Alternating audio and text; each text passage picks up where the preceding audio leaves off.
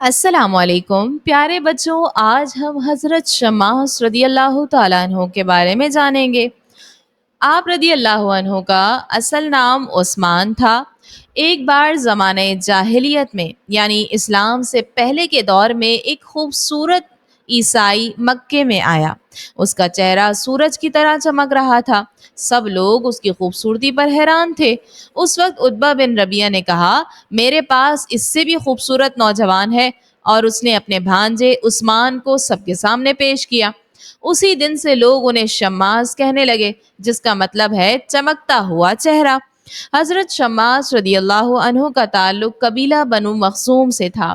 وہ صرف 19 سال کے تھے جب نبی کریم صلی اللہ علیہ وسلم نے اسلام کی دعوت دینا شروع کی۔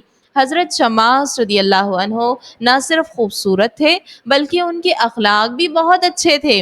جیسے ہی اسلام کی بات سنی فوراً کلمہ پڑھ لیا، یعنی مسلمان ہو گئے۔ ان کی ماں بھی نیک تھی، وہ بھی مسلمان ہو گئی۔ ان کے ماموں عتبہ اور شیبہ نے بھی بہت روکا، مگر وہ دونوں اسلام پر جمے رہے۔ جب مکہ میں کفار نے مسلمانوں پر ظلم بڑھا دیا تو نبی کریم صلی اللہ علیہ وسلم نے صحابہ کو حبشہ ہجرت کی اجازت دی۔ حضرت شماس رضی اللہ عنہ بھی اپنی ماں کے ساتھ وہاں چلے گئے۔ کئی سال بعد وہ مدینہ واپس آئے۔ حضرت شماس رضی اللہ عنہ نے 2 اہم جنگوں میں حصہ لیا۔ غزوہ بدر میں، یہ اسلام کی پہلی جنگ تھی، حضرت شماس رضی اللہ عنہ نے بہت بہادری سے لڑائی کی، اور غزوہ احد میں بھی آپ شریک ہوئے۔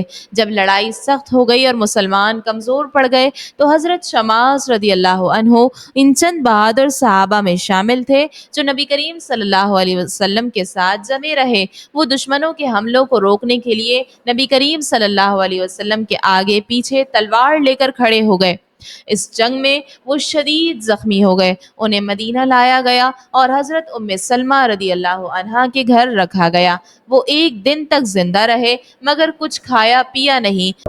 پھر آپ کا انتقال ہو گیا اور آپ کو وہیں جنگ احد کے میدان میں دفن کیا گیا، انہی کپڑوں میں جن میں آپ زخمی ہوئے تھے۔ شہادت کے وقت آپ کی عمر صرف 34 ایئرز تھی۔ تو پیارے بچوں، حضرت شماس رضی اللہ عنہ نے ہمیں یہ سکھایا کہ ایمان پر قائم رہنا، نبی صلی اللہ علیہ وسلم سے محبت اور قربانی دینا کتنا عظیم عمل ہے۔ انہوں نے اپنی جان دے دی مگر نبی کریم صلی اللہ علیہ وسلم کا ساتھ نہیں چھوڑا۔ ہمیں بھی اپنے دین، اپنے نبی صلی اللہ علیہ وسلم اور سچائی سے ہمیشہ وفادار رہنا چاہیے۔